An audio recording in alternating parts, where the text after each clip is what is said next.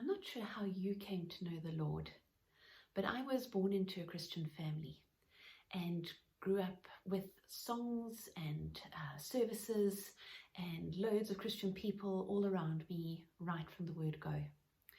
And I did all of the things I was supposed to do. I was christened, I went off to Sunday school, I endured lots of services that were very boring to me at the time when I had to sit there during the school holidays next to mommy and try and be quiet.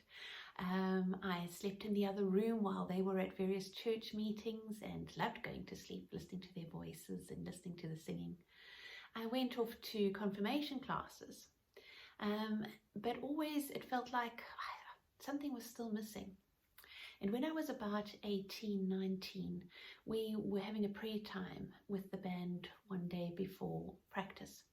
And I had this feeling that the Lord was saying, I want to date you. And I thought, what? Date God? What a bizarre idea. And as I sat back to think about it, I thought, well, what do you do when you date somebody? You spend time with them. You start out with just being friends and getting to know each other a little bit and making time for that person. I had come out the other end of a breakup with somebody who had not had time for me. His reason for breaking up with me was that my job is just so demanding. I just never have time to call you or see you. I don't see the point of this. And that was hurtful to feel, gosh, this person doesn't have time for me. And God was here asking, could you make time to get to know me? And so I embarked on that, and it was a wonderful time. It really, really was. If I had time alone to go for walks, or if I was house sitting for people, or at night once everyone had gone to bed and I could put on worship CDs, it was a wonderful time to connect with him, and I grew closer and closer and could feel his presence with me. Somebody gave me a series of talks on the Song of Solomon that compared all of these love letters to God's relationship and desire for the church, but also for me. And I was blown away by the fact that God might be in love with me.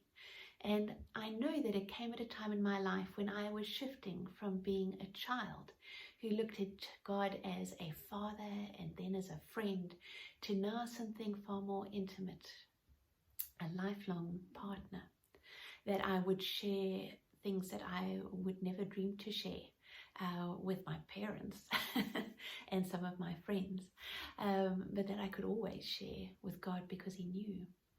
And that really led me to the place where when I was 22, I felt him saying, now I want you to be baptized because you know what it is you're committing to and who it is you're spending your life with from this point on.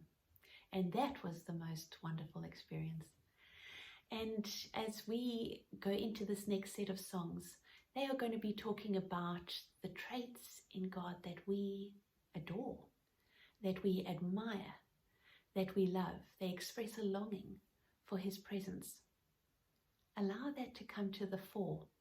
One of the things that Nick and I have striven for in our marriage is to look at the way God handles his relationship with us and bring a little bit of that into our relationship too.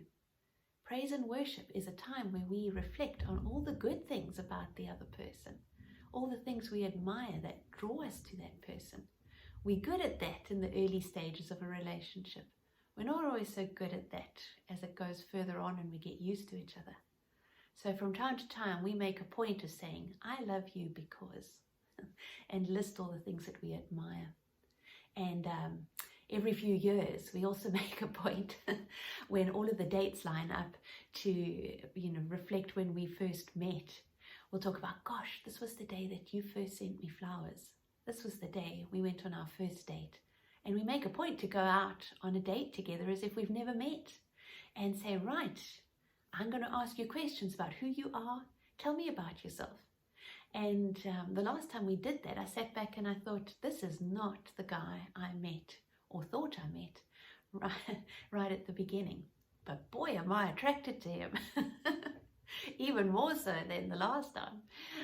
And that was exciting to see too. Gosh, I really still love and admire this person. So yeah, this is what worship is about. Lord, these are the things I love and admire about you, and this is why I love being in a relationship with you.